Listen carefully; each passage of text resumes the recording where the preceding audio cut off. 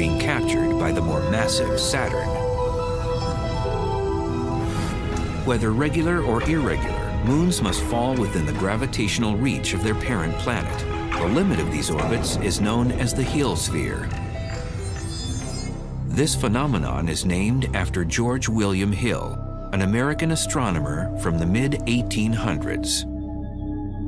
So a heliosphere is this region around the planet that moves along with the planet, inside of which the gravity of the planet overwhelms the gravity of the sun. The moons of Mars, Deimos and Phobos, operate very differently within the heliosphere. If the planet is rotating faster than the moon it orbits, like Deimos, the tidal forces between the two actually shove Deimos out further and further. Phobos, on the other hand, is rotating faster than Mars rotates. These small moons were discovered by American astronomer Asaph Hall in 1877. He named Phobos after the Greek god of fear and Deimos for the god of terror. Tom Duxbury was part of the Mariner 9 mission that first photographed the two potato-shaped moons in November of 1971. This was late at night in a cold, rainy, dark, dreary day, and I looked at this and I turned the picture sideways. It looked like a skull. And it was such an eerie thing.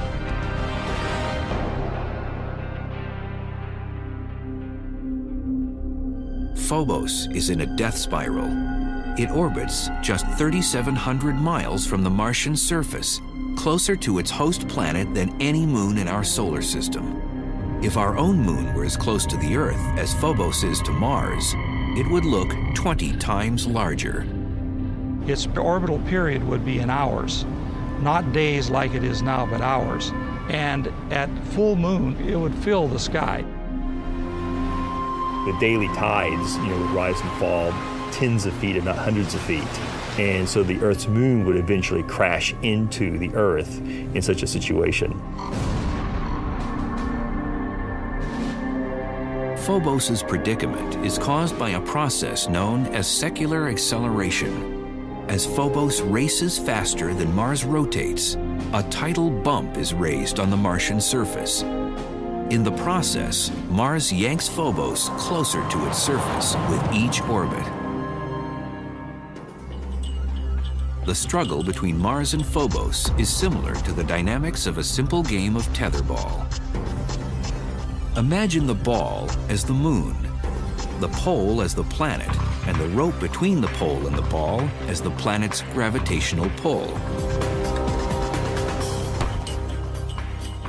What we see is that the gravity would pull the moon in such a way that it speeds up. It goes faster and faster, and it works its way until it eventually hits the pole. That's exactly what's happening to Phobos. Phobos is going around Mars faster than Mars rotates. That tidal interaction is pulling Phobos in closer and closer and speeding it up in its orbit. In about 50 million years, we expect Phobos to be pulled in so closely it will impact Mars and disappear as a moon of Mars. On the other hand, Deimos, the further out moon, is going slower than Mars rotates. And so it's unwinding the string in the opposite way. And what we see is Deimos is going further and further away from Mars. And eventually Deimos will be pulled away from Mars by the gravity of the sun. So over time, Mars will become moonless.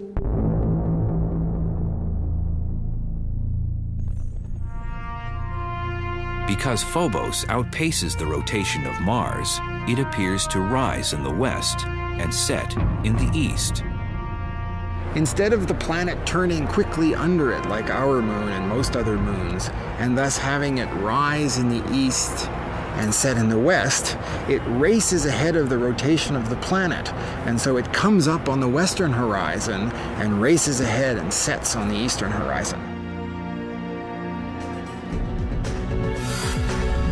it will be another 50 million years before Phobos completely disappears. Before then, it may prove useful for the eventual colonization of Mars. Science fiction writer Arthur C. Clarke speculated on this idea in his book, The Sands of Mars. Although there is no real reason to colonize Phobos itself, its close proximity to Mars makes it a natural way station. From a gravity standpoint, it's much easier to go to Phobos, which has no gravity, than it is to fight the gravity of Mars to get down to its surface. From Galileo to Stanley Kubrick, the giant planets of the outer solar system have tantalized our imagination with their enormity.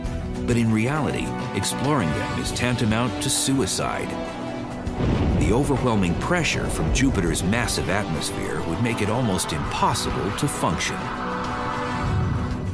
But the moons of these behemoths may provide a more promising platform for exploration and even future colonization. Are these prisoners of Jupiter's gravity, hostile worlds with little chance of sustaining organic life? Or might they provide a safe haven for future generations of planetary explorers? Until recently, very little was known about the moons of the gas and ice giants. Most of them remained hidden in the glare of their parent planets. Today, modern telescopes and unmanned space exploration reveal a realm populated by a host of moons, from planet-like spherical worlds to misshapen ones barely 30 miles across. Jupiter, the largest planet in the solar system, is a moon magnet. Nearly 4.5 billion years ago, it began as a massive gas cloud collapsing in on itself. This process, known as accretion, formed the beginnings of the Jovian system.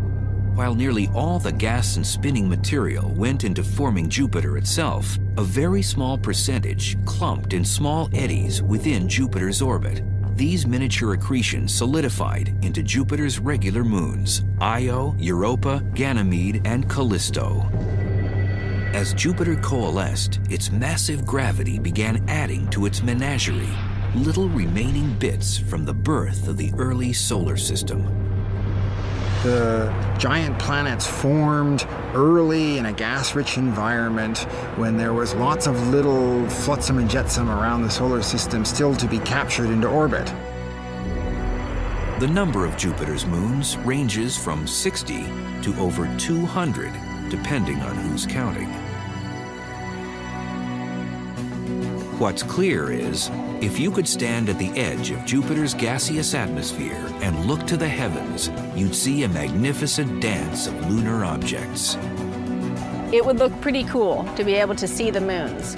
Every so often you'd see Io come by. Every second time Io comes by, you'd see Europa at the same time. And every 4 times Io comes by, you'd see Ganymede. One member of this Jovian cast is so battered by Jupiter's great mass that it's literally bursting from the inside out. In February of 2007, the New Horizons spacecraft, eventually bound for Pluto, focused its cameras on Io. About the size of Earth's moon, it orbits 263,000 miles from Jupiter's surface. What sets Io apart from the other Jovian moons is its spectacular volcanism. New Horizons cameras captured detailed photos of glowing lava scattered across Io's surface. A huge 200-mile-high dust plume rose above the surface of the molten moon. Io, like all Jupiter's regular moons, is named after a lover of the god Jupiter from Roman mythology. It was discovered by Galileo in 1610, first photographed by Pioneer 1 in 1974, and again by Voyager 1 in 1979. Its pulsating activity has puzzled and intrigued scientists for decades. Leaving Io is about a ton per second of material. Every second of every day. It's a phenomenal machine. I would like to go to Io, even though it would be very dangerous. and hot and sulfurous. Io is too small to have maintained a molten core since its formation. Another mysterious process must be responsible for its heating. Io's entire interior may be molten because it's squeezed so much as it's orbiting around Jupiter. This process is known as tidal heating. The massive gravity of Jupiter is causing friction at the inner core of Io. Much like a sculptor needs a cold lump of clay, Jupiter is endlessly creating its own masterpiece. If a moon gets a little bit of tidal heating, it becomes malleable. It can be stretched out like clay and deformed by the gravity of the parent planet. The surface of the moon is cold. It breaks, like pulling clay apart quickly, it'll break. But the interior, where it's warm, can literally flow and stretch and be kneaded by the gravity of the parent planet. Most regular moons have circular orbits. To produce tidal heating, a moon must be in a more oblong orbit, where the distance from the host planet changes radically during a single revolution. The only way to produce these eccentric orbits is if another moon's gravity disrupts it. When a moon is in an eccentric orbit, a non-round orbit, it gets closer and farther from its parent planet. When it does, it gets squeezed, it gets pulled apart when it's closer. Io is in orbital resonance with its companion moons Europa and Ganymede. While Jupiter and Io struggle to find a synchronistic relationship, Europa and Ganymede are yanking Io in opposite directions. Jupiter yanks back, and Io gets stretched and squeezed in the process. The tidal heating on Io, which is responsible for its prodigious volcanoes, has a secondary side effect. It creates the largest stationary visible object in the solar system, a massive gas cloud 500 times the size of Jupiter. In 1990, Professor Michael Mandillo and his team from Boston University discovered a large gas cloud spanning the huge distance from one side of Jupiter to the other. They were the first to photograph the entire nebula, discover its origins, and the mechanism that keeps it growing. Now, Io is small, so it doesn't have much of an atmosphere. But these volcanoes are continually providing material that could be an atmosphere. But you might ask, well, why doesn't it have a tremendous atmosphere if all the volcanoes have been going on for eons? Well, it's because the material escapes. The key gas is sodium. Even though it only makes up 5% of Io's ejected materials, it's easily detectable by telescopes on Earth. Sodium emits an orange glow. In fact, sodium is commonly used to illuminate streetlights in many cities across the world. The sodium and the other gas molecules are pelted by light from the sun and electrons in Jupiter's powerful magnetic field. Electrons and protons are knocked off some of these particles and ionized. Now in plasma form, these ions are taken on a ride by Jupiter's powerful magnetosphere. Its speed increases dramatically because it's been picked up by the magnetic field. It's like they're taking a ride on a cosmic carousel. The magnetic field lines are the poles here, and then every now and then, a sodium atom gets picked up along with its an electron. And now I'm in the Jupiter plasma torus with all the other ions and electrons that have been captured previously. And the ions and the electrons recombine, the neutral is not confined by the magnetic field, and it goes off at a much higher speed. And that's enough to escape from Jupiter. And they form the largest visible cloud of gas that's permanently in the solar system. If we could see the nebula with the naked eye, it would be the size of 12 moons in the night sky. It is so enormous that to view it, Mandillo and his team created their own specialized telescope. Well, as it turns out, to get a big field of view, all you need is a small lens, like a pair of binoculars gives you a big field of view. Even in 1991, the telescope may have seemed ordinary, but its camera was highly sophisticated and, at the time, revolutionary. The digital camera. Well, once you've got a picture that's in numbers, you can do all kinds of things with it. Mendillo and his team knew that sodium existed in the nebula. Sodium also exists in the Earth's atmosphere. They were able to compare digital photographs of both Jupiter and Earth's atmospheres and bring forth an image of the nebula. Well, that was very difficult to do if you just had two photographs and pieces of paper. But now that we have these digital cameras, we've revolutionized the way that we can process images. Though Io would be a fascinating scientific and aesthetic destination, its hostile environment probably precludes that. Even landing an unmanned probe would be difficult among Io's convulsing fissures. But there's another moon orbiting Jupiter which may not only support human exploration, but possibly support its own alien life forms. Europa is one of the most fascinating and enigmatic objects in our solar system. Really unlike any place else in the solar system, and for that matter, unlike anything on Earth. The surface features are such that there are cracks in the surface, there's mottled terrain, there's chaotic terrain, and it looks like icebergs in some areas. We know Europa is an alien moon. Could it be home to alien life forms as well? Europa orbits 400,000 miles from Jupiter's surface, about double the distance of Io. And like its convulsive cousin, it too is molded by gravitational tides. Jupiter has the greatest effect.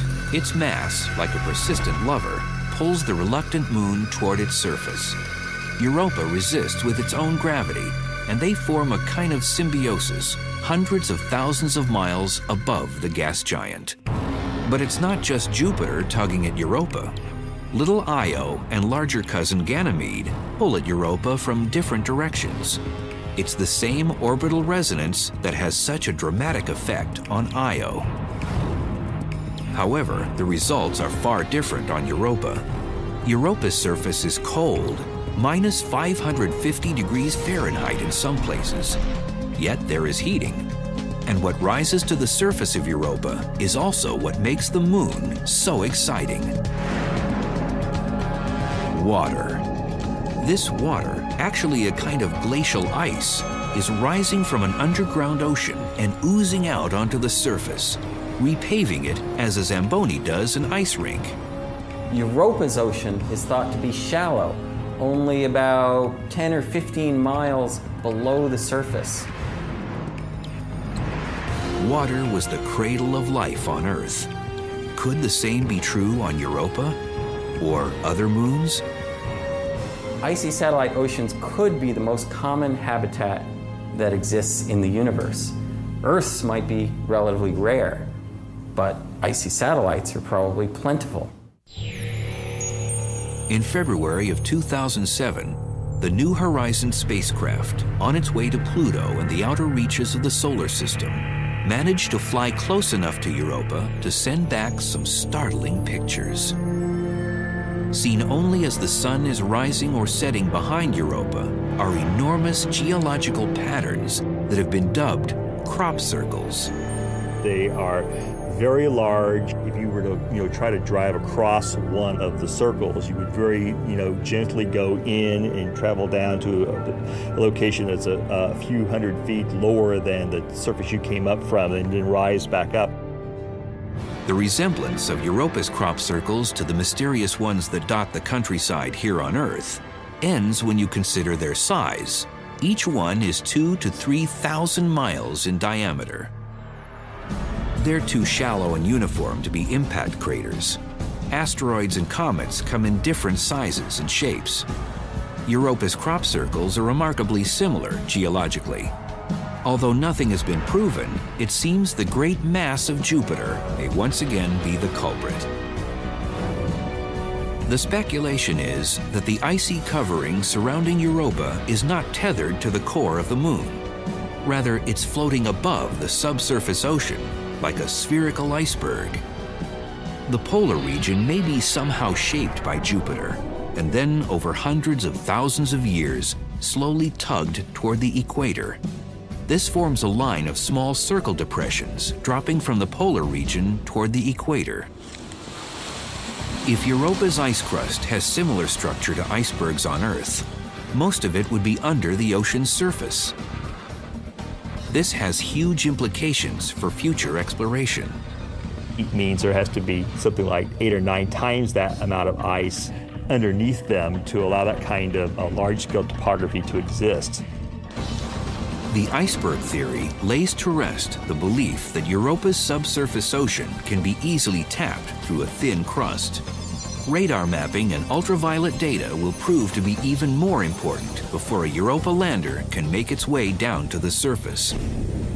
Future explorers will have to search out hotspots and places where this mysterious ocean has welled up through the surface, and from there try to find a way to dip into it. Those explorers may choose instead to set up a base of operations on Ganymede, Jupiter's largest moon. As Phobos might serve Martian exploration as a way station, Ganymede might do the same for the Jovian system. Larger than the planet Mercury, its gravity is closer to that of Earth's than any of Jupiter's moons. And though it's in orbital resonance with both Io and Europa, it's far enough away from Jupiter to be less affected by the gas giant's relentless tides. And at Ganymede, you could say, park in some nice big crater and build your domed, protected region, protected from the charged particles in the Jovian system, and make a pretty safe place to study not just Ganymede itself and its magnetic field and its interior and its geology, but the Jupiter system as a whole. Ganymede is the only moon in the solar system with its own magnetic field. To have this distinction, Ganymede must have sufficient mass and a hot inner core. Its mass is obvious, but where the heat is coming from is a bit of a mystery.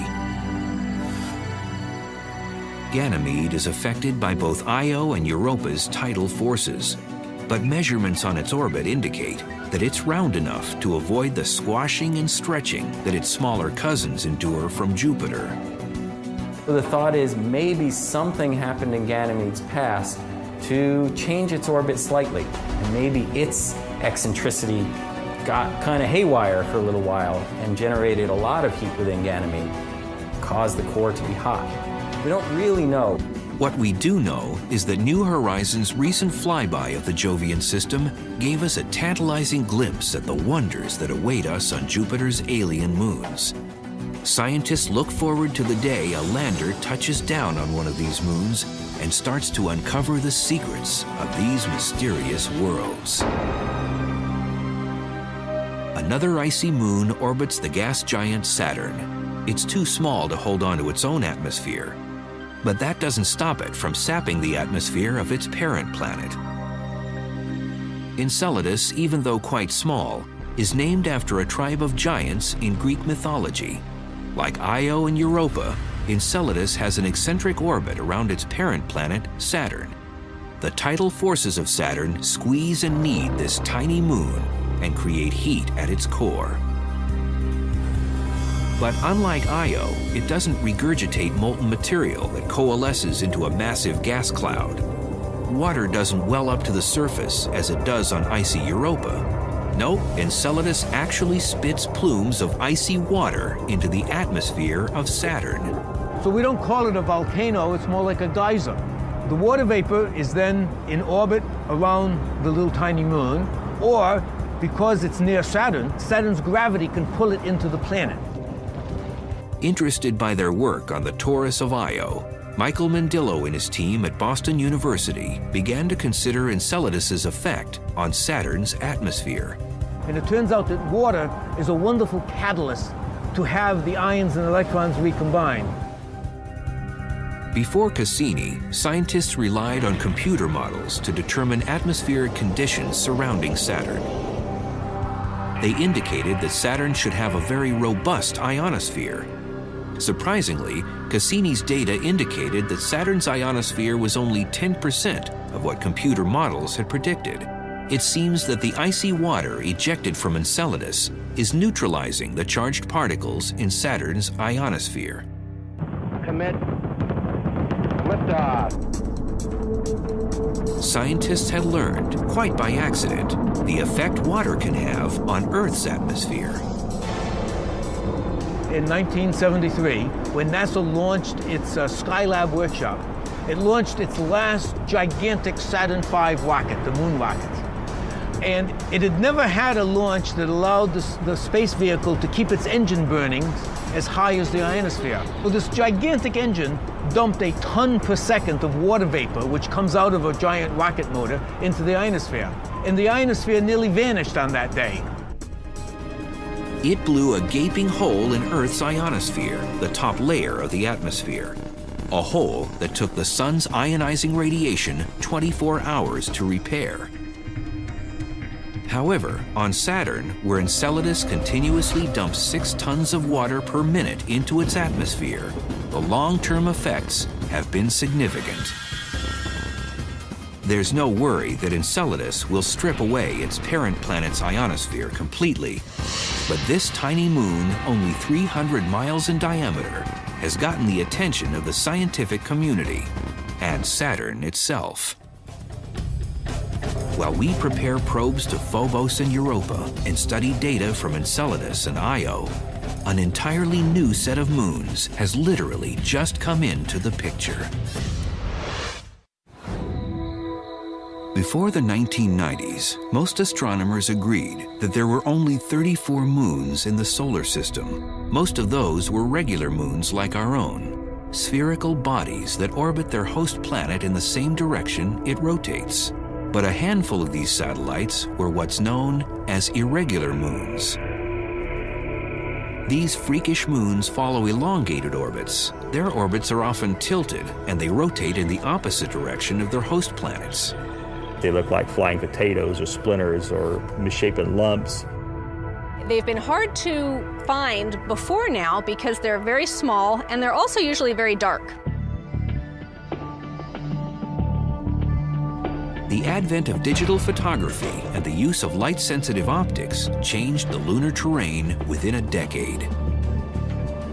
Dr. Brett Gladman from the University of British Columbia discovered his first irregular moon in 1997 at the Palomar Observatory.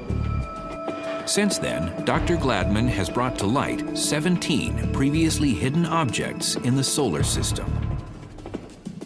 So you detect objects in the outer solar system by observing them move relative to the background stars and galaxies, which are stationary. So if you take a picture of the sky and you wait an hour and you take another picture of the sky, none of the stars in the galaxies will have moved, but distant objects in the outer solar system will displace by a visible amount between the two pictures. And so by comparing the two pictures, you can see, as we have here, a moving target. The object could be a comet or an asteroid, or if it orbits a planet in a retrograde fashion, a new irregular moon. Another important distinction between regular moons and their irregular counterparts. Irregular moons are captured. That is, they formed independently of their host planet and most likely were part of the debris that originally formed our solar system. Phoebe, the largest irregular moon orbiting Saturn, is a classic example. Phoebe orbits Saturn very far out. It has a very elliptical and very inclined orbit. It orbits in a retrograde direction. Voyager images suggested that this thing looks like it could be an asteroid, and so people thought maybe it is a captured asteroid. Now we know from Cassini it's a very water ice rich body. That pretty much rules out the asteroid belt. The thinking is that Phoebe could very well have come from the Kuiper belt, way out in the outer reaches of the solar system. The The Kuiper belt is thought to be the debris left over after the solar system formed. It revolves around the Sun beyond the orbit of Pluto. However, another theory suggests something altogether different.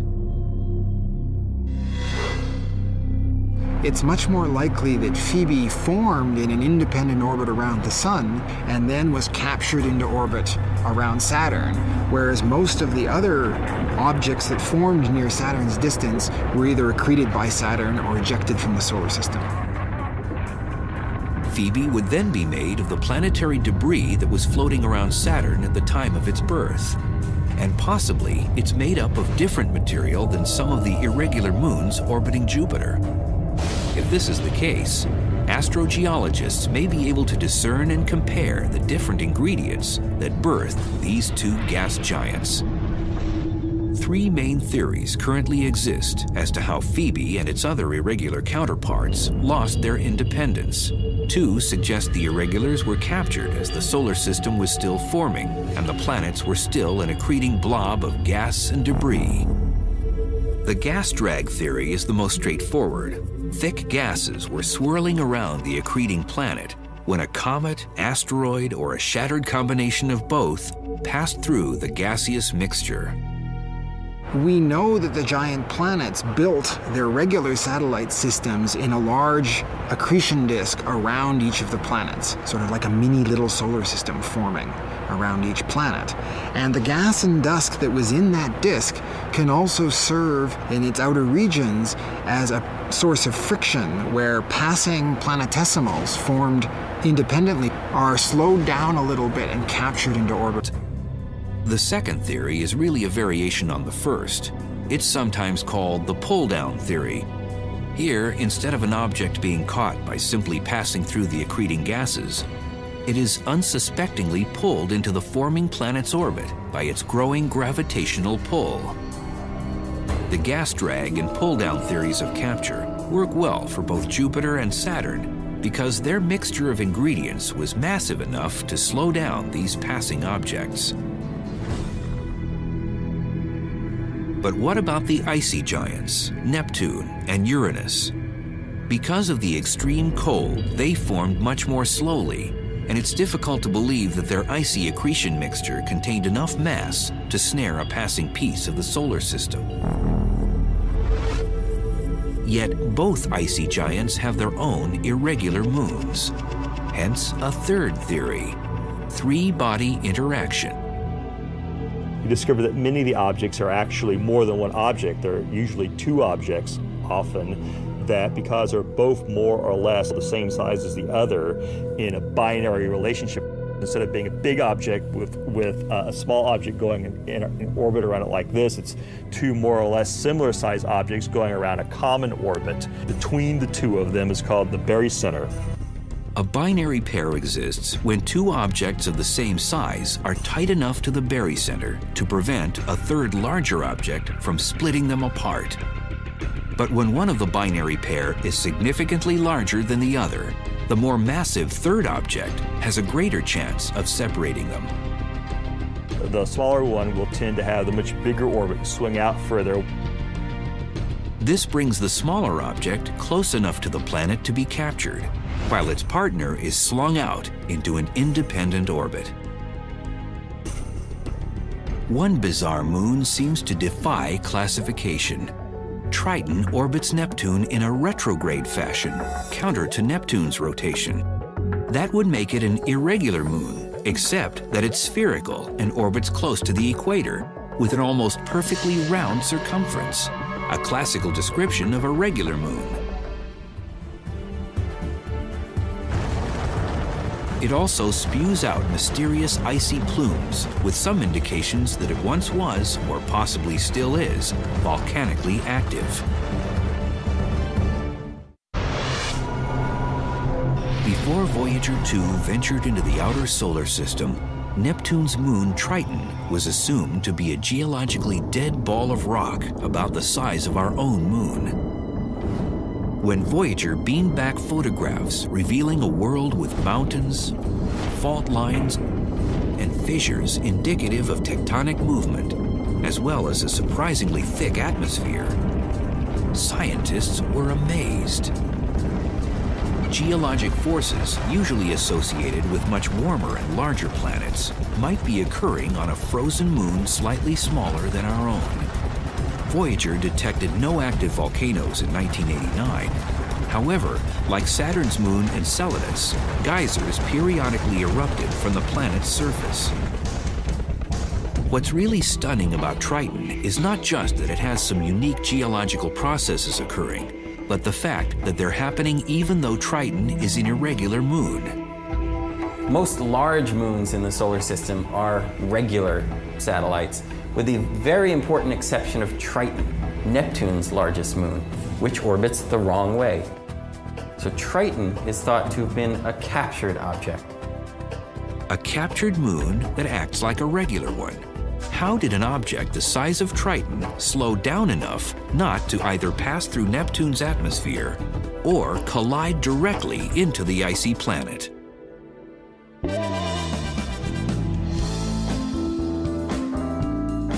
There's no sure bet, but some theories carry better odds. Much like gamblers at the roulette wheel, Triton and Neptune played the odds and trusted to luck. Place your bets, get lucky now. In roulette, there are several ways to bet. Each one carries different odds, and like most games of chance, the longer the odds, the greater the payoff. 20 black, 20 black even. There are at least 3 possible ways Triton could have been captured by Neptune.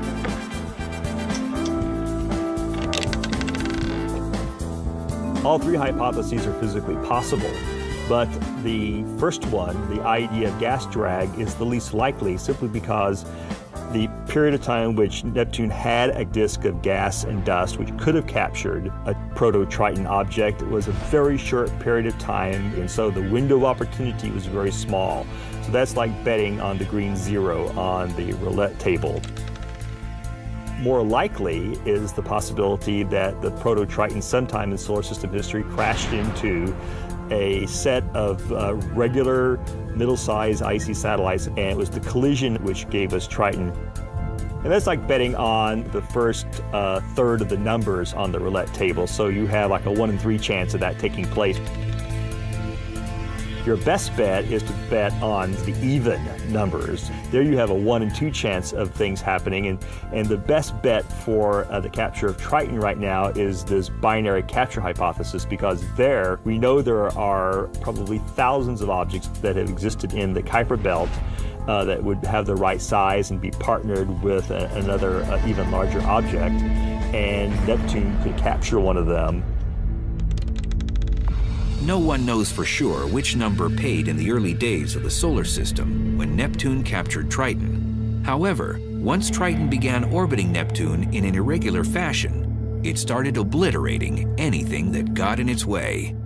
Neptune doesn't have a very regular system of satellites. It's thought that the capture of Triton disrupted what would have